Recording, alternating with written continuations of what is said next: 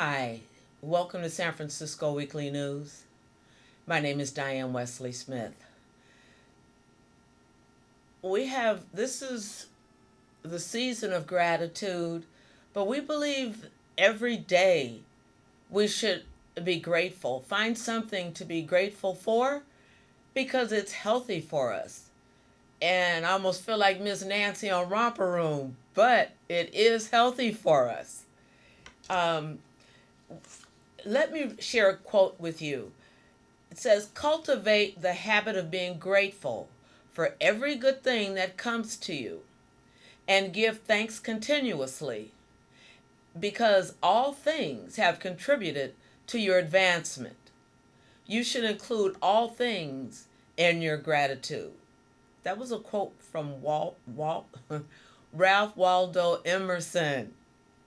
Again, cultivate the habit of being grateful for every good thing that comes to you and give thanks continuously because all things have contributed to your advancement. You should include all things in your gratitude. Now, we're obviously, again, that was a quote by Ralph Waldo Emerson. We are obviously in the spirit of gratitude. Of course, we have to keep it real here, and we're obviously enduring what feels like the twilight zone. You know, it used to be that these 10 simple things everyone had and could be grateful for. And it was a roof over your head and a warm home. There was plenty of drinking water. I mean, okay, got plenty of drinking water. People didn't have to go hungry. You could enjoy a small or free pleasures of life. And you had access to the internet. You had friends and family, had your health, and the kindness of people that one had never met. Those were automatic. You know, it was automatic. Those were things that people had. Everyone had a roof over their head and a warm home.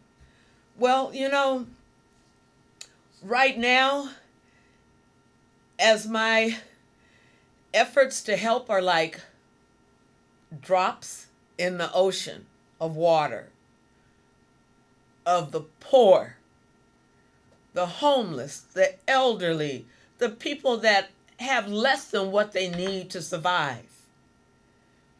I'm feeling a powerlessness that is as bad as racism. Both have allowed petty permissions that expanded into boom, and now things are out of control and unmanageable. You know, I was taught to write a gratitude list because I've been homeless, drug addicted, lost and turned out, all here in San Francisco, in my native city.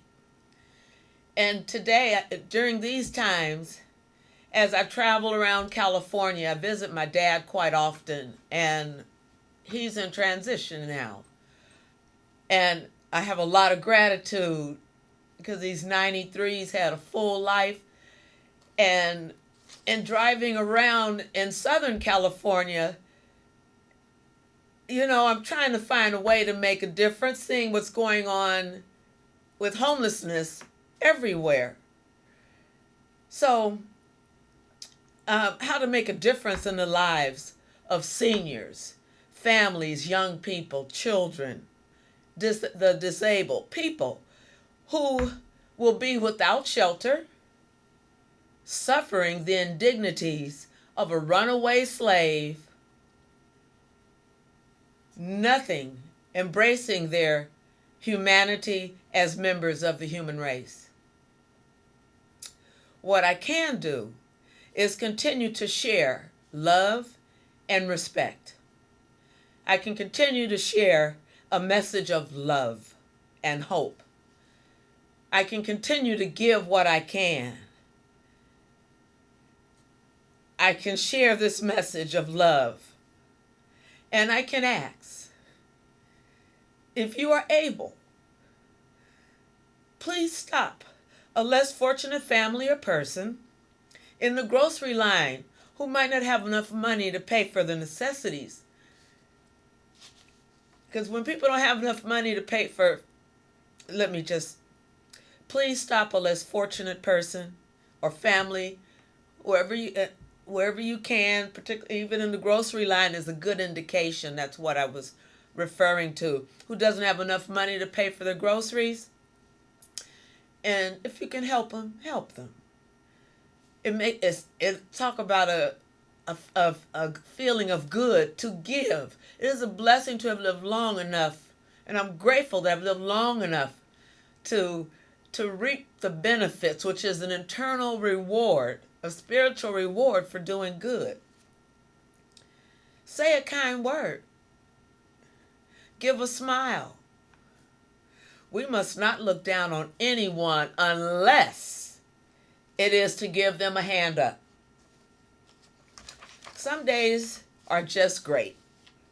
Things go as planned or even better, and you bounce back from work, from your task, from your meetings, to your private life, and you feel wonderful on the inside. Then there are other days when you don't feel much motivated at all. That's why those days when we don't feel very motivated, those are the days to write a gratitude list. Those are the days to thank God for a reason to get up. Thank God for a job. Thank God for our health. Some people don't even have a bed to roll over in and say, forget it. In a warm place, in a private place. We have young women that are blossoming in shelters and homeless. You walk the streets and see for yourself. I walk, and I see it. So we must have gratitude. And then some would say, I would say, there go I, but for God's grace.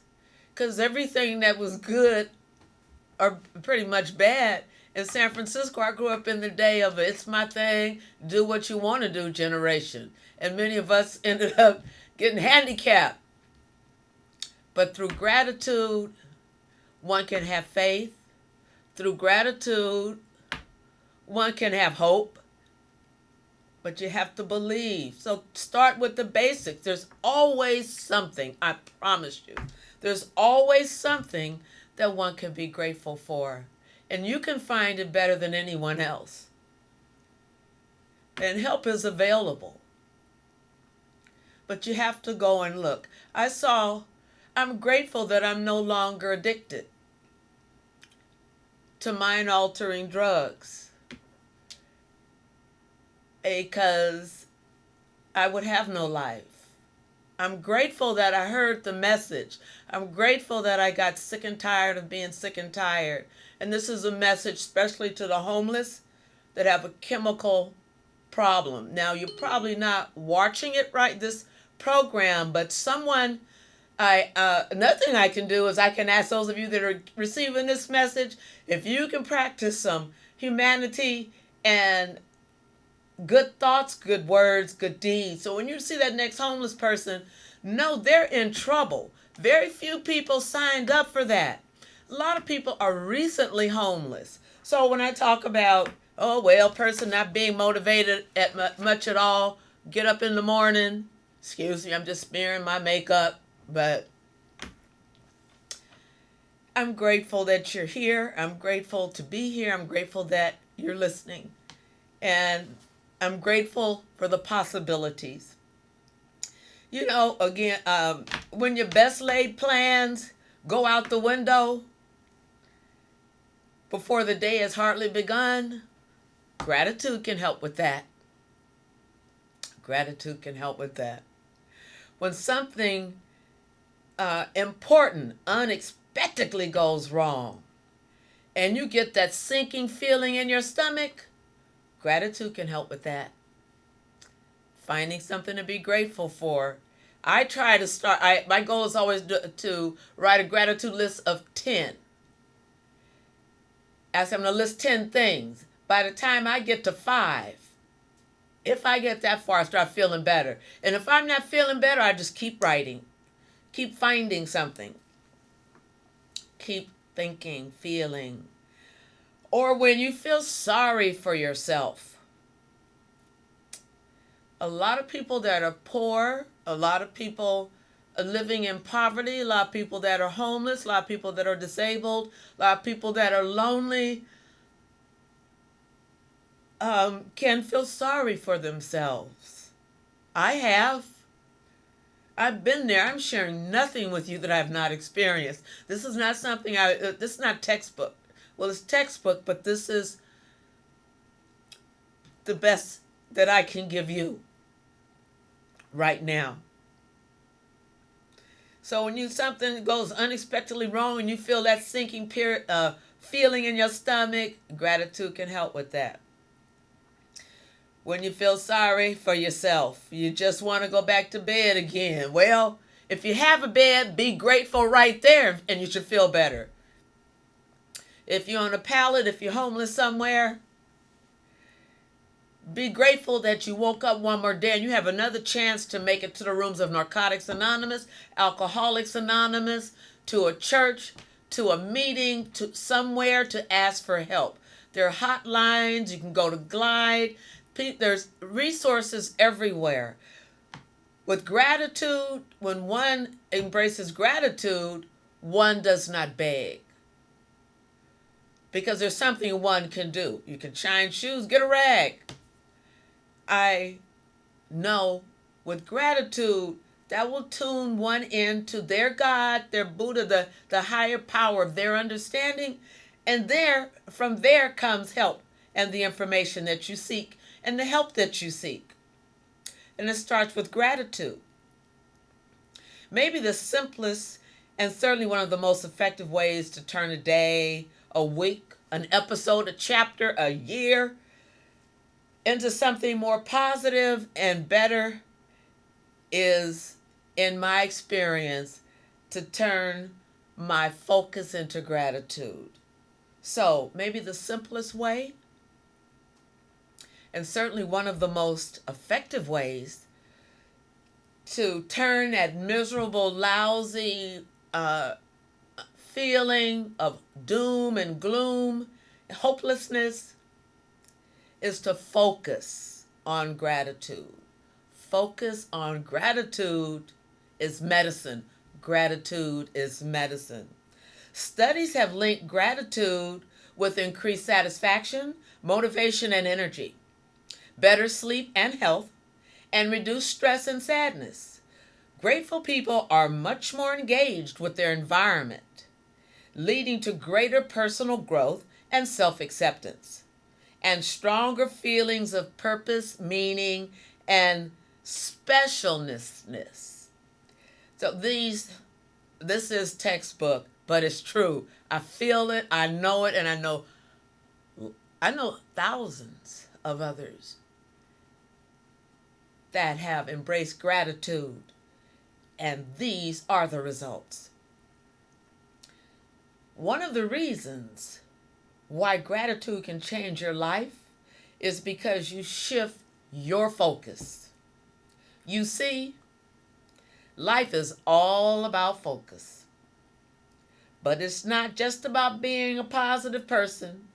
Having gratitude can change your life because it breathes positivity into everything you're doing.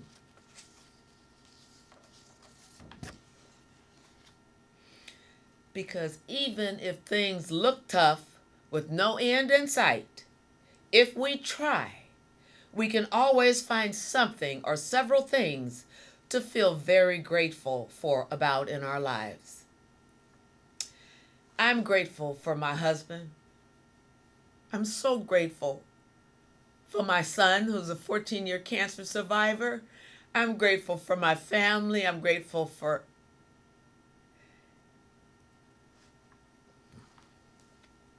feeling pretty grateful right now. See, as I start thinking about all the things. So let me bring it on in. I have so much to be grateful for.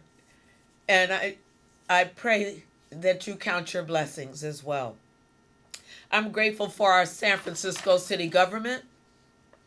led by the phenomenal Mayor London Breed, which we just re-elected.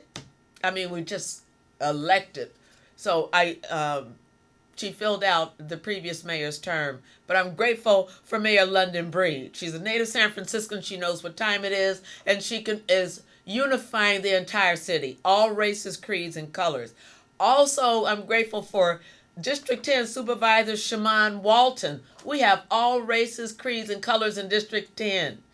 And Shaman Walton is maintaining the balance and helping those that are in the community remain in District 10, in the community.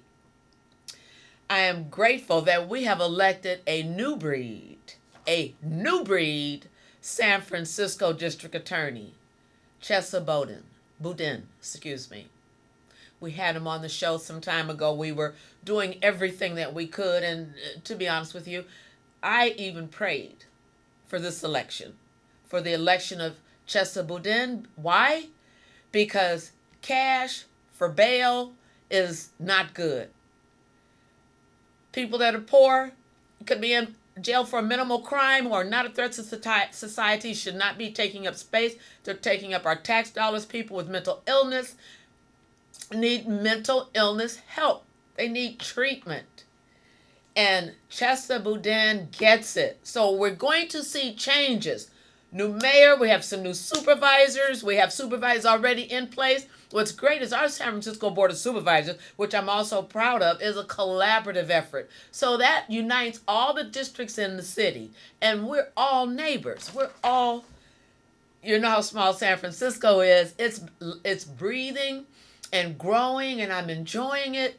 And I'm delighted and I'm grateful that I get to be a part of helping those remain in the city that desire to remain. And I'm grateful that I'm also able to work on a plan under the Certificate of Preference program. We want to shore that up, but I'm grateful to have the heart and the willingness.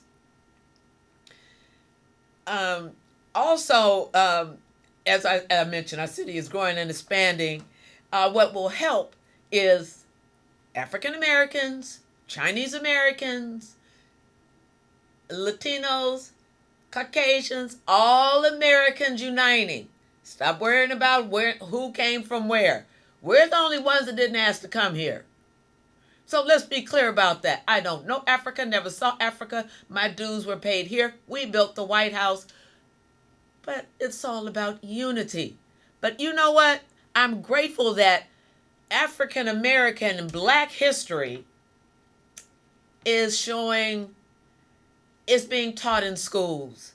I'm grateful at the possibility that Black history will be taught to all children so that they will, when new people come to our country, particularly from, I'm not going to say where, but when they come here and they're afraid of us because all they see is Black. So, when they see me, they don't get a chance to see my beautiful smile. When they see Black people, they don't get a chance to see who we are. They don't know. We probably sometimes have more than they will ever earn in their lifetime. I'm just saying. You don't know until you know. So, in that regard, I want to also say, thank you, warrior Marlene Tran, because she's part of uniting our communities, and a new warrior named Josephine Zhao of the Chinese Democratic Club. Giving freely what was given to me. Good thoughts, good words, good deeds. Similarly to Mr. Rogers' neighborhood, won't you do something good for someone? We're all neighbors. I'm grateful for you. Thank you for spending time with us on San Francisco Weekly News, Holiday Edition. Season's greetings. I'm Diane Wesley Smith. Thank you for joining me. Bye-bye now.